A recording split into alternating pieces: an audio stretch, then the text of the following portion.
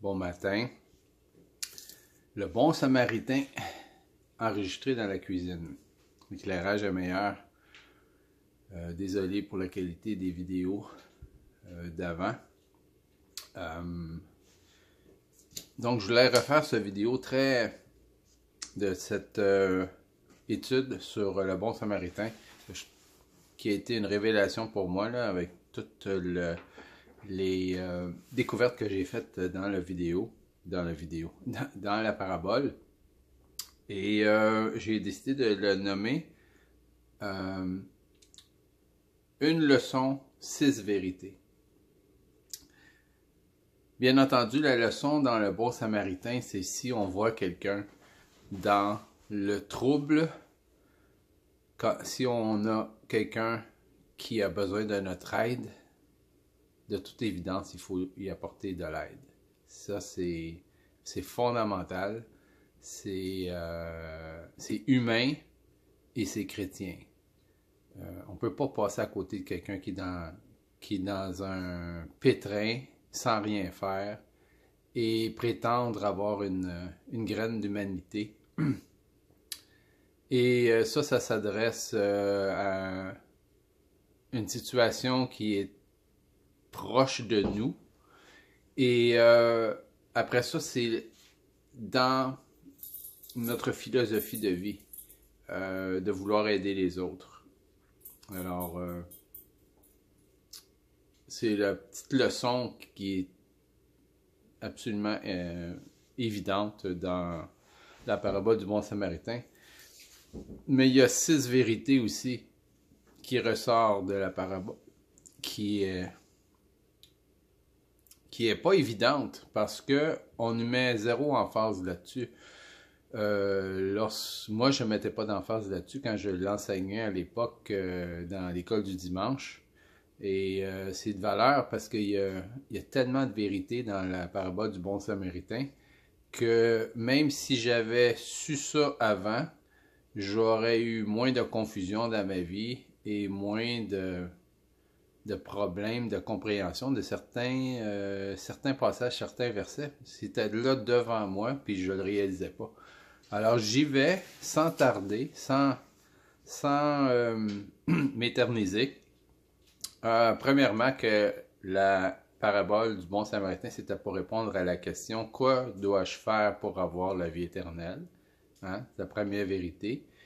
La deuxième, c'est « Qu'est-ce que la loi? »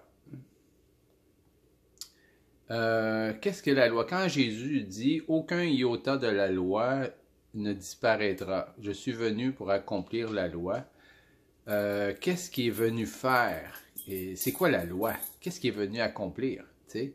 Puis, celui qui enseigne de ne pas suivre la loi sera considéré le plus petit dans le royaume des cieux. Paul, il dit, ce n'est pas celui qui connaît la loi qui sera justifié devant Dieu.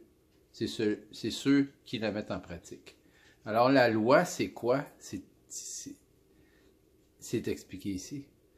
C'est aimer Dieu de tout son cœur, de toute son âme, de toutes ses forces, et d'aimer son prochain comme soi-même. C'est de cette loi que Dieu nous parle. C'est ça la loi. Alors, elle nous dit, c'est quoi la loi? La parabole. Qu'est-ce que la loi? C'est, tu aimeras le Seigneur ton Dieu. Et que la loi est toujours en vigueur. La troisième leçon, Jésus n'est pas venu éliminer la loi, Jésus n'est pas venu remplacer la loi par quelque chose d'autre, Jésus est venu accomplir la loi. Et c'est la troisième leçon. Qu'est-ce que la loi? Que la loi est encore en vigueur. Est-ce que la loi est encore en vigueur? Oui. La loi de l'amour. Quatrième leçon qui est superbe, bien ici, c'est parce que, étonnamment, il y a des confusions à savoir, des choses simples comme ça dans la ville. Qui est mon voisin? Qui est mon voisin? Qui est-ce que je dois aider? Est-ce qu'il y a un certain type de personne que je dois aider par rapport à d'autres? Est-ce qu'il y en a que non, je ne devrais pas aider parce qu'ils ne font pas partie de telle et telle affaire ou qui n'ont pas tel et tel statut, telle et telle croyance, telle et telle apparence, etc. Pour Dieu, pour Jésus, le voisin est celui qui est dans le pétrin. Le voisin, dans ce cas ici, c'est peu importe qui il est, c'est celui qui est dans le trouble. Et il n'y a pas de distinction. Il n'y a pas de distinction, même dans Jacques, si vous faites distinction de gens, si vous traitez les personnes qui ont du prestige, là, qui rentrent dans votre assemblée, puis qui ont du prestige, puis vous étendez le tapis rouge finalement, puis celui qui est habillé avec des habits déchirés, vous le mettez de côté, vous lui dites assis-toi en arrière, vous faites une distinction de gens et c'est péché.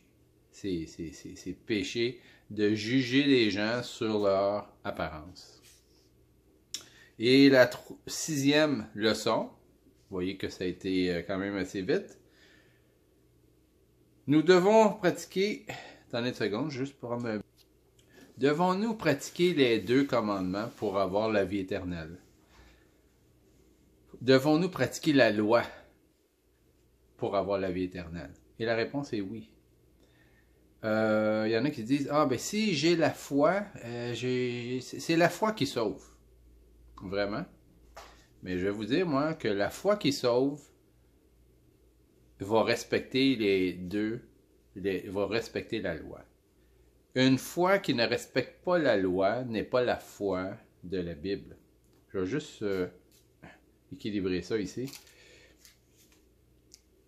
Voyez-vous que Jésus, comment est-ce que je pourrais vous expliquer ça?